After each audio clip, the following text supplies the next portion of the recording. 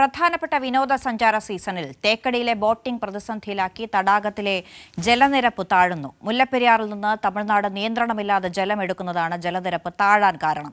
അണക്കെട്ടിലെ ജലനിരപ്പ് 113.9 അടിയിലേക്ക് താഴ്ന്നതോടെ മരക്കുറ്റികൾ നിറഞ്ഞ തേക്കടി തടാകത്തിലെ ബോട്ട് സവാരി ദുഷ്കരമായി തുടങ്ങി.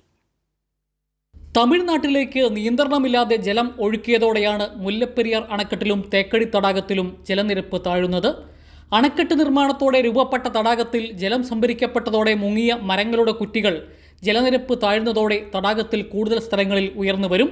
ഇവയിൽ തട്ടാതെ പ്രത്യേക ഭാഗത്തുകൂടി വേണം ബോട്ട് സവാരി നടത്താൻ.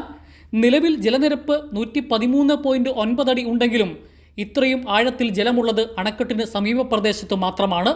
ജലനിരപ്പ് വീണ്ടും താഴ്ന്നാൽ ഇപ്പോഴുള്ള ഭാഗത്ത് ബോട്ട് അടുപ്പിക്കാനോ സഞ്ചാരികളെ കയറ്റാനോ കഴിയില്ല.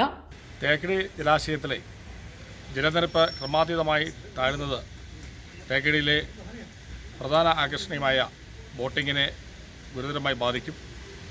അടിയന്തര പ്രാധാന്യത്തോടുകൂടി തന്നെ തമിഴ്നാട്ടിലേക്ക് അനിയന്ത്രിതമായി വെള്ളം കൊണ്ടുവന്ന് നിർത്തിവെക്കുവാൻ കേരള സംസ്ഥാന ഗവൺമെൻറ് അടിയന്തരമായി ഇക്കാര്യത്തിൽ ഇടപെടണം. അതോടൊപ്പം തന്നെ മുൻകാലങ്ങളിലൊക്കെ ചെയ്യുന്ന പോലെ ബോട്ട് സർവീസിൻ്റെ ബോട്ട് ലാൻഡിംഗ് ഏകദേശം ഒരു 500 മീറ്ററോടെ മുന്നോട്ട് മാറ്റി സ്ഥാപിച്ച് തേക്കടിയിലെ ടൂറിസത്തിന് പ്രധാന ആകർഷണീയമായ ബോട്ടിങ് സുഗമമായി നടത്തുവാൻ വേണ്ടിയുള്ള നടപടികൾ ബന്ധപ്പെട്ട ടൂറിസം വനംവകുപ്പ് ഡിപ്പാർട്ട്മെന്റ് സ്വീകരിക്കണം. മധ്യവേനൽ അവധിക്കാലമായതോടെ കുട്ടികളുമായി നിരവധി കുടുംബങ്ങളാണ് തേക്കടി കാണാൻ എത്തുന്നത്. തടാകത്തിലെ ബോട്ട് സവാരിക്കും ഇതുവഴി വനമേഖലയിലും തടാക തീരത്തും കാണപ്പെടുന്ന വന്യജീവികളെ കാണുന്നതിനുമാണ് സഞ്ചാരികൾ പ്രധാനമായും തേക്കടിയിലേക്ക് എത്തുന്നത്. ജലനിരപ്പ് താഴ്ന്ന് ബോട്ട് സവാരി തടസ്സപ്പെട്ടാൽ തേക്കടിയിലേക്ക് എത്തുന്ന സഞ്ചാരികൾ നിരാശരായി മടങ്ങേണ്ടി വരുമെന്നതാണ് വിനോദസഞ്ചാര മേഖലയെ ആശങ്കയിലാക്കുന്നത്. കൈരളി ന്യൂസ്, ഇടുക്കി.